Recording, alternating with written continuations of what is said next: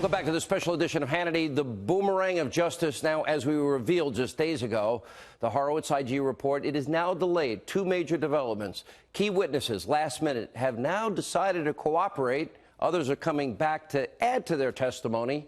And Christopher Steele, the one that created the dirty Clinton bought and paid for Russian dossier full of lies, well, he was grilled by DOJ investigators for nearly 16 hours. The deep state abuse of power scandal finally coming full circle. Here to explain more, former Congressman and Fox News contributor Trey Gowdy.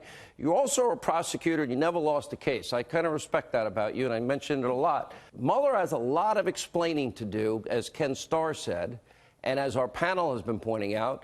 If you, Trey Gowdy, were on that committee, what would you want to know more than anything?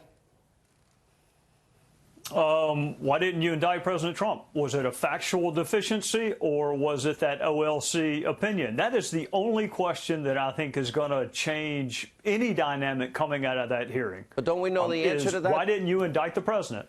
Well, we know the answer. Well, he's given two different answers, I think. I mean, I think he told Bill Barr because there was a factual deficiency, but he kind of alluded in his press conference to this DOJ OLC opinion. But then they had if he's going to say that.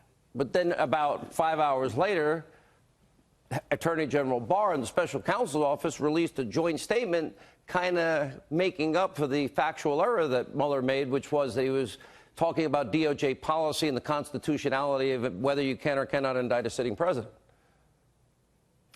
Right. And I think what the Democrats are going to focus on is, had that policy not been in place, would you have indicted private citizen Donald Trump?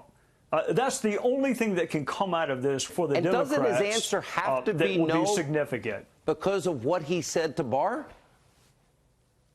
I think it has to be no for a lot of reasons. I mean, I'm sorry, but firing Jim Comey is not obstruction of justice.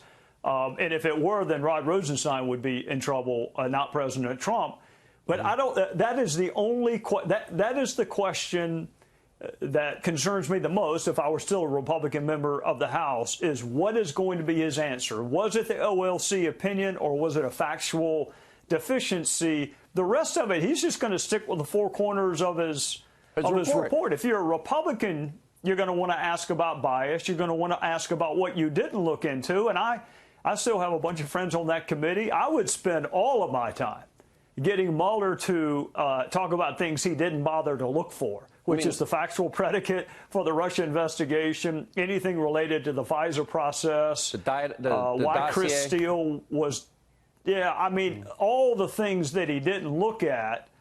He's got an out, which is I wasn't asked to. But I think it's going to resonate with people. These were really important issues. If you have time for medallions and taxis, why didn't you have time for this? That's a fair question. Trust me when I say this, Sean. We're not going to learn a lot unless he fumbles the answer from my point of view, the Republican point of view. If he fumbles the answer on why he did not indict Donald Trump, then this thing will continue to go on for another 6 to 9, 12 months.